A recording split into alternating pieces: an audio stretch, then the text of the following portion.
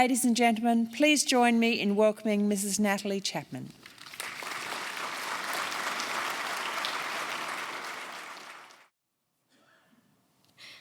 Deputy Chancellor, members of the University, graduates, distinguished guests, ladies and gentlemen.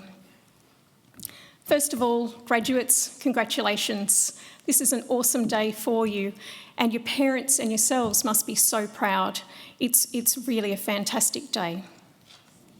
Secondly, I'm really honoured to be here, so thank you very much for inviting me. As university graduates, you have the ability to make a difference in organisations across the world at all levels and all sectors. You may play a role that is part of the organisation and part of the team, or you may actually lead the organisation and set the tone for that organisation and how it will behave. At the moment, about 70% of the ASX-listed 100 Australian companies, CEOs, are business or commerce graduates. IT entrepreneurs have come into their own over the years and are now growing billion-dollar companies, multinationals. As you've heard earlier,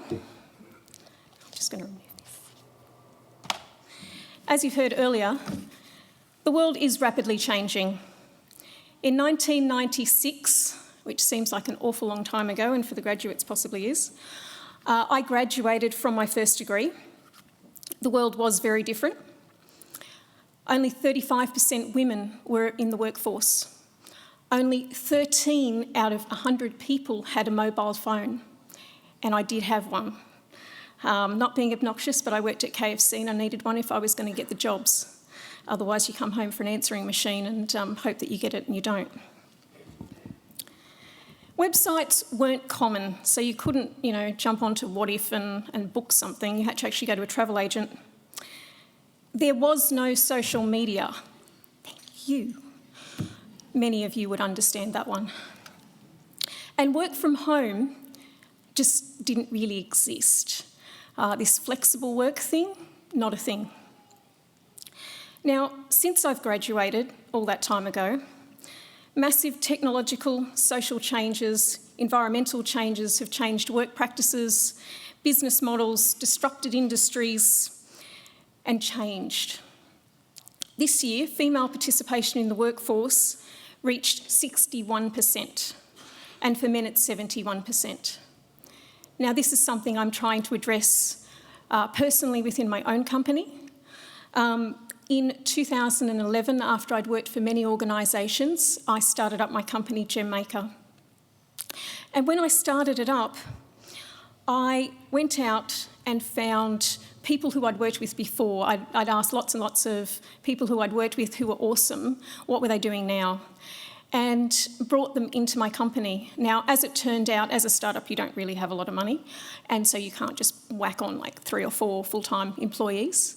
And so those that were able to assist me and come into the company to start with were mainly women who didn't want to go back into the workforce full-time.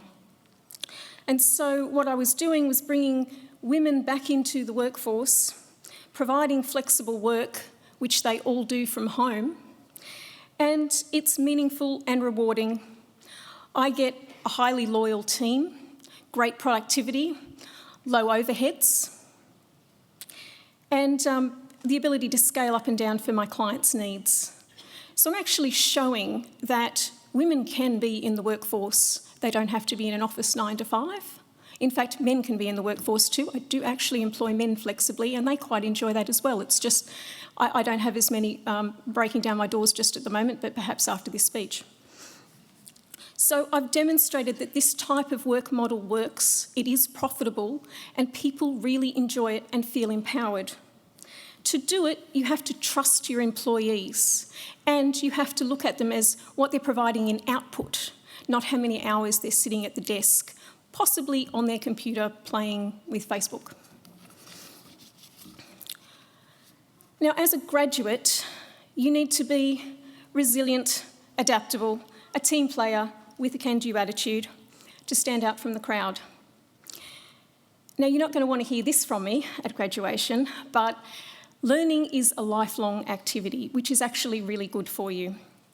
And it will help you to continue to develop as the rest of the world develops and you try and keep up along the way. Well, that's what I tell myself as I finished my degree, my honours, my master's, my MBA, now the company director's course. So it is tough to work full-time, have kids, and also study, but it is also worthwhile as you're changing and developing in your career and quite necessary. So stage 1, you're here. Some of you have gone to stage 2 already, and stage 3, PhDs as well. Now, I've learnt plenty of lessons since graduating, some of which I thought I would share with all of you. Firstly, do what you love. I love science. I will not shy away from that one. I love marketing, and I won't shy away from that either. And I also love complex problem solving. And so put the 3 together, and what I do each day is work with amazing innovators to work out how on earth I'm going to get what they've developed out into the marketplace, get people to understand it and take it up. So that's what gets me out of bed in the morning. And you need that, because if you're going to work every day, you want to love it. Secondly, success is not about the money, the awards, the prestige, the promotions. It's about doing what you enjoy, working with people that you enjoy working with, being paid appropriately, and basically having a difference, having some impact and being able to change the world. Number 3, you've always got to have the downer. If you're rejected for a job or a promotion, and it is going to happen, right? We always get rejected from something at some point. Well, instead of wallowing in the self-pity, or you can for a little while, a tub of ice cream is always useful, or Nutella, think, this wasn't meant to be. And that's okay. Not every opportunity out there is the best thing for you, even if you think so at the time. What you think is there is something better out there that is what I'm going to do later. And every time I've had my disappointment, gotten back up and gone, right, what else is out there? And something else has always come along that has been better. So call it karma, call it whatever you like, but wallowing in the self-pity, no point. Not long term anyway. Even the most successful people have been rejected at some point. Walt Disney was fired because his boss felt he didn't have any imagination or good ideas. Jeff Bezos, the CEO of Amazon, went through a number of startups failing before he got Amazon up. And our successful foreign minister, Julie Bishop, fantastic as a foreign minister, didn't get the top job when she put a hat in the ring. So disappointments will happen. Doesn't mean there's anything wrong with you. It just means that one's not the opportunity at the moment. Last piece of advice on that. Number 4, put your hand up. Volunteer, grab opportunities. If we've ever not been in a particular space, we will go in and we will volunteer and we will learn how to do things and pick up new skills. That is much better than sitting around saying, geez, I'm unemployed. Now, each year, my senior leadership team and I sit around, not so much, but, in between, being busy. And what we do is we think, what is it that we're going to focus on for the year? What is it that's really important and something we should be doing more of for the company and ourselves that year? And this year, we all have families, and we're thinking about what's important to us and our families. And basically, the future is. We want a secure, happy future for our children. And so one thing that's really hit home quite a fair bit lately is that climate change is real. I'm a scientist, right? I'm going to say it's real and I'm going to stick with that. And we're not doing enough to make an impact to fix it, really. And as the teenage girl, Greta Thunberg from Finland, bravely got up and said, at the 2019 World Economic Forum, act as if your house is on fire, because frankly it is. Some people put their heads in the sand or rattle off any number of myths to dispel its existence, or say the emissions are too small in the world to matter, like our emissions are too small, so it doesn't matter, like what can we do anyway? But if we all continue to do that, the impacts will affect you and they will affect your children.